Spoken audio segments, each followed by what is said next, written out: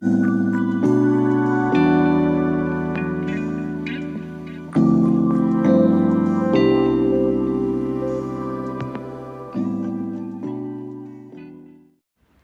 كتشوفوا اليوم ان شاء الله غنشاركوا معكم هذا الصابلي الرائع اللي كيجي غزال وبمذاق لذيذ طبعا، والمناسبات خاصه المواليد جداد. كما كتشوفوا ان شاء الله كنتمنى ينال اعجابكم. السلام عليكم ورحمه الله تعالى وبركاته، مرحبا بكم معنا اليوم. ان شاء الله غنحضروا الصابلي بريستيج اللي تيجي غزال بزاف وسهل وبمقادير اللي هي بسيطه. كما كتشوفوا سبق لي شاركته معكم ولكن بشكل اخر. غنجيو المقادير. عندي 250 غرام ديال الزبده، 2 البيضات، كاس ونص ديال الزيت النباتي، قبيصه د الملحه، 2 كيسان ديال السكر ناعم كما كتشوفوا، والدقيق كيبقى على حسب الخليط اللي عندنا. وغنحتاجو فاني سائل او فاني سكر لي طبعا ساشيات كما كتشوفوا، والشوكولا اللي حضرته طبعا من قبل على هذا الشكل هذا، على شكل ديال بيبغون. وحضرت هذا الشكل هذا من قبل. طبعا سبق لي شاركت معكم الطريقه باش حضرت هذا الشوكولا اللي كندوبوه على البخار وكنديروه في هذه البلاستيكات كما كتشوفوا. طبعا المناسبات خاصه ماشي دائما كنستعملوا هادو لانهم ديال مواليد جداد.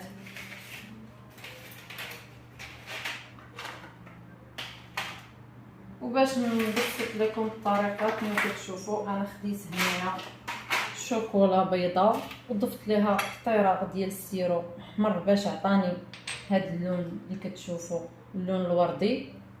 طبعا كنديروا اللون الوردي هو الاول في هذه الكتابه، كنخليوه حتى يتجمد وكنضيفوا له الشوكولا بيضاء وكندخلوه المجمد باش كنحصلوا على هذه النتيجه اللي كتشوفوا. وتيبقى على حسب الاختيار ديالكم، ممكن توجدوا الصابلي هو الاول ومن بعد تحضروا هاد الشوكولا، او واللي بغى يكسب الوقت يكون عنده الوقت يكون يوجد هاد الشوكولا قبل ليله قبل ويحطها في المجمد طبعا وعاد باش يحضر الصابلي. كما كتشوفوا غنجيو للطريقه ديال العجينه ديالنا الصابلي. المهم الزبده لان الجو شويه بارد كتكون قابطه في راسها، كنحاول نخدمها بهاد الحكاك هاد المطيشه.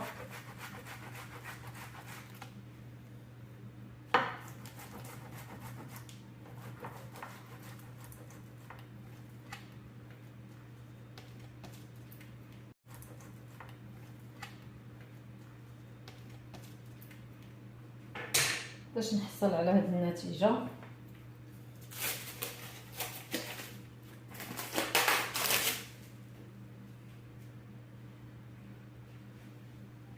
وطبعا نخدموها بالسكر حتى ترجع على الشكل ديال الكريم.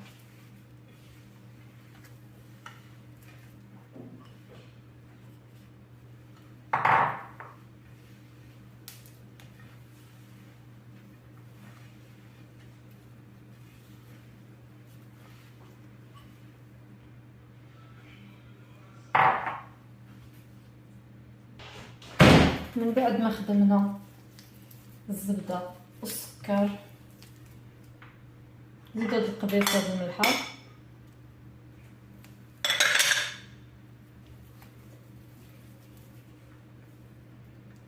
والزيت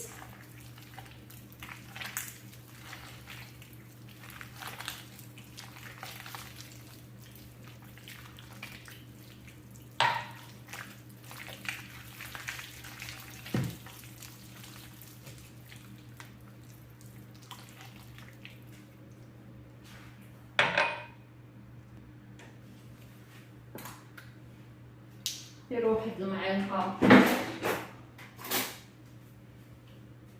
معلقه ديال السائل الفاني ما عمرهاش بزاف.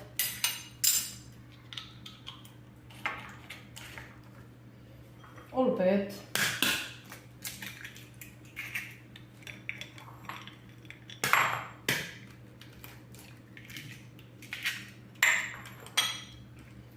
ونستمروا بالتخلاط.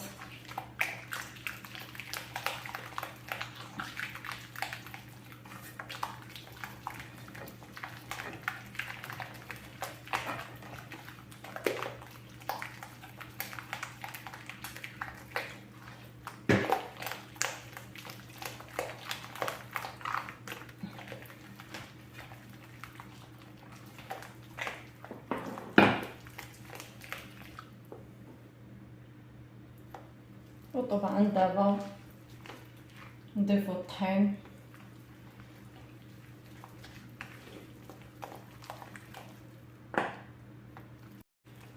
قبضة في راسها باش عم نتحكمو فيها في الطابع باش نقطعوها.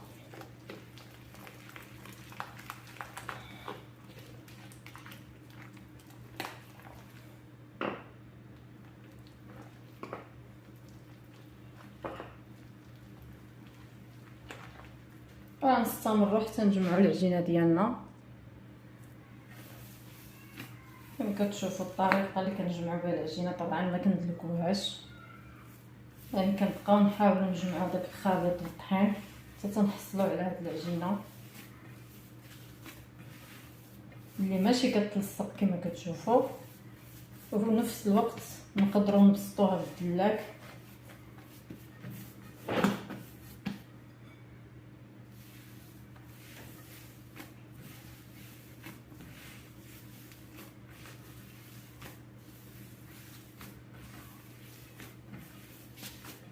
ومن بعد ما نحصلوا على العجينه اللي بغينا كما كتشوفوا غنحاولوا نشوفوا واش عطلق لينا الدلاك، لان كتاخذ منا كيلو ديال الدقيق قل شي حاجه.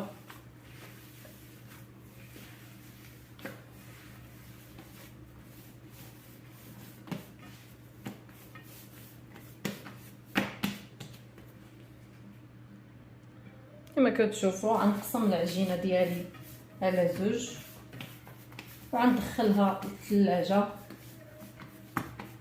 نشكلها على جوج كرات ندخلها للثلاجه لمده نص ساعه.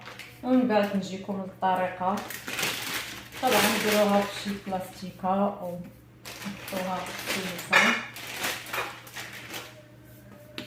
لمده نص ساعه ونشكلوا هاد العجينه الطوابع اللي عندنا.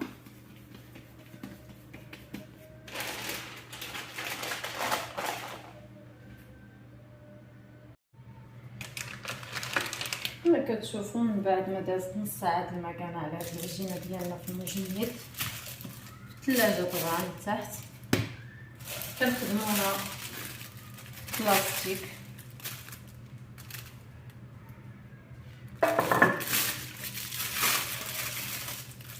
باش ما تلصقش لينا. وطبعا كما كتعرفوا ما كتكونش قاصحه بزاف، يعني باش تجينا الصابلي ديالنا شي رطب.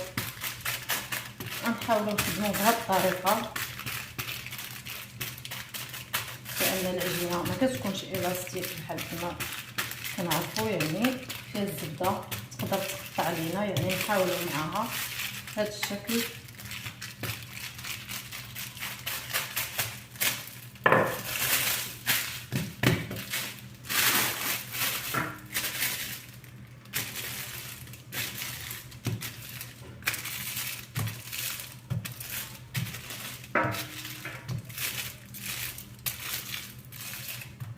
وكل ما كان الصابلي ديالنا رقيق كل ما كان كيجي حسن،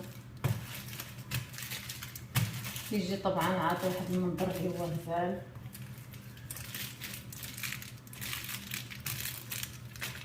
وما شاركتش معكم في المقادير باش غنزيديو الصابلي ديالنا. طبعا الكلوكوز غنحتاجو الكلوكوز والنباج، ندفيوهم شويه على البوطه لان غنحتاجوهم، ونخليوهم يبردوا يعني ما يكونوش سخان باش نبغيو نزيدو بهم الشوكولا ديالنا.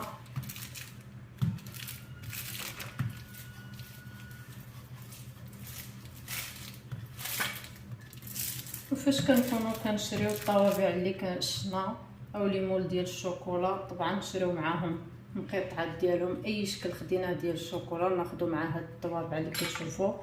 خديت الخميسه، خديت هاد البوسيت، خديت هاد البيبغون حتى هي.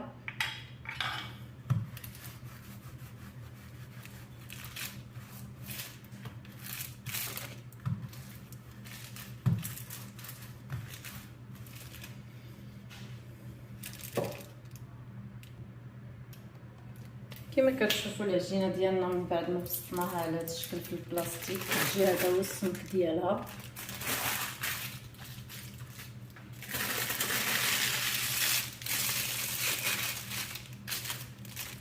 بسم الله.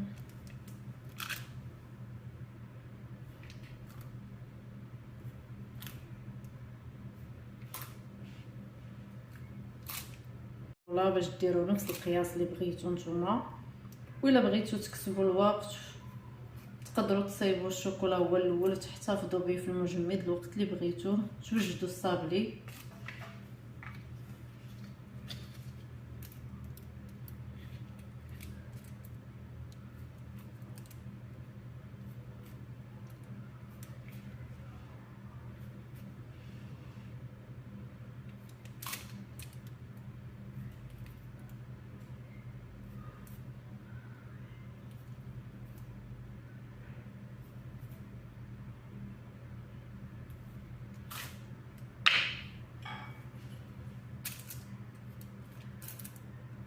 كما كتشوفوا الثلاثه ديال الشكالات اللي خدمت معاكم هما هادو.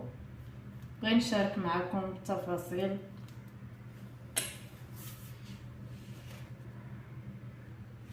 كما كتشوفوا من بعد ما قطعنا الصابلي ديالنا ودرناه على ورق الزبده كما كتشوفوا غندخلوه الفرن. طبعا سخنته من قبل. كنطيب الصابلي ديالنا من تحت هو الاول ومن بعد كنطلعو الفوق وغنستمروا بنفس الطريقه حتى نكملوا الصابلي ديالنا ونجيو للطريقه ديال باش نزديو الشوكولا مع هاد الصابلي. كما كتشوفوا من بعد ما تحمر الصابلي ديالنا على هاد الشكل غنجيو للطريقه ديال التزيين.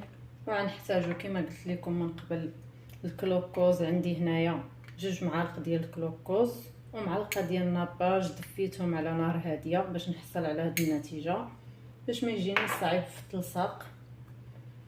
وعندي هنا هاد البودر الذهبي اللي غنزوق به الخميسه ديالنا. المهم انا كنخدم بمعلقه، اللي عنده بانس ممكن يخدم به. كما كتشوفوا كنخليهم حتى يبسوا وكنزينوهم على هذا الشكل بهذا اللون الملون الذهبي.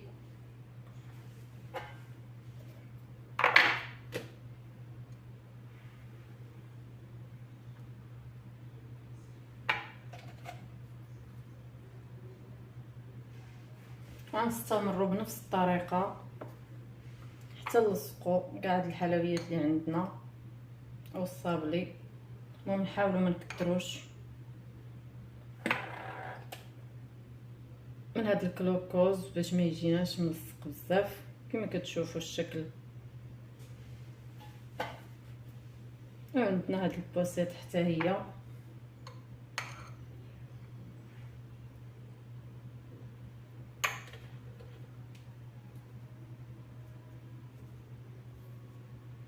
كما كتشوفوا الشكل ديالها كيفاش كيجي. وغنستمروا بنفس الطريقه حتى نكملوا هاد الصابلي ديالنا كامل ونجيو للشكل النهائي. طبعا كما كتشوفوا من بعد ما لصقنا الخميسه ديالنا على هذا الشكل كنجيو كناخذوا بحال هكذا هاد اللون الملون الذهبي باش كنزوقوا الخميسه باش كتعطينا هاد اللون النحاسي اللي كتشوفوا.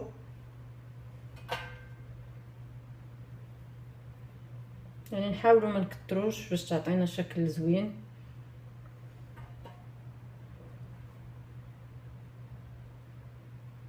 ودائما نصيحه بان الشوكولا ناخذ نوعيه جيده وبالاخص الشوكولا البيضاء لانها ما كتصدقش دائما معنا 100%. انا هنا استعملت شوكولا غالا في البيض،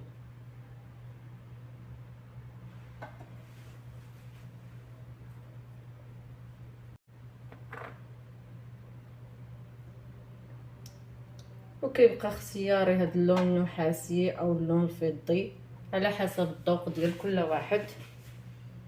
كما كتشوفوا راه كتعطينا واحد الشكل رائع جدا.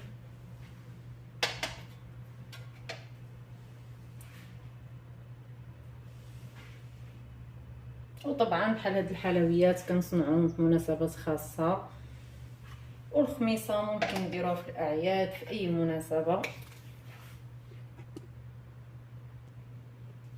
كما كتشوفوا معنا الشكل النهائي ديال الصابلي ديالنا كيجي على هذا الشكل هذا. وشهيه طيبه وبالصحه والراحه، وكنتمنى ينال الاعجاب ديالكم وتجربوا طبعا وتردوا علينا في لي كومونتير. شهيه طيبه وبالصحه والراحه.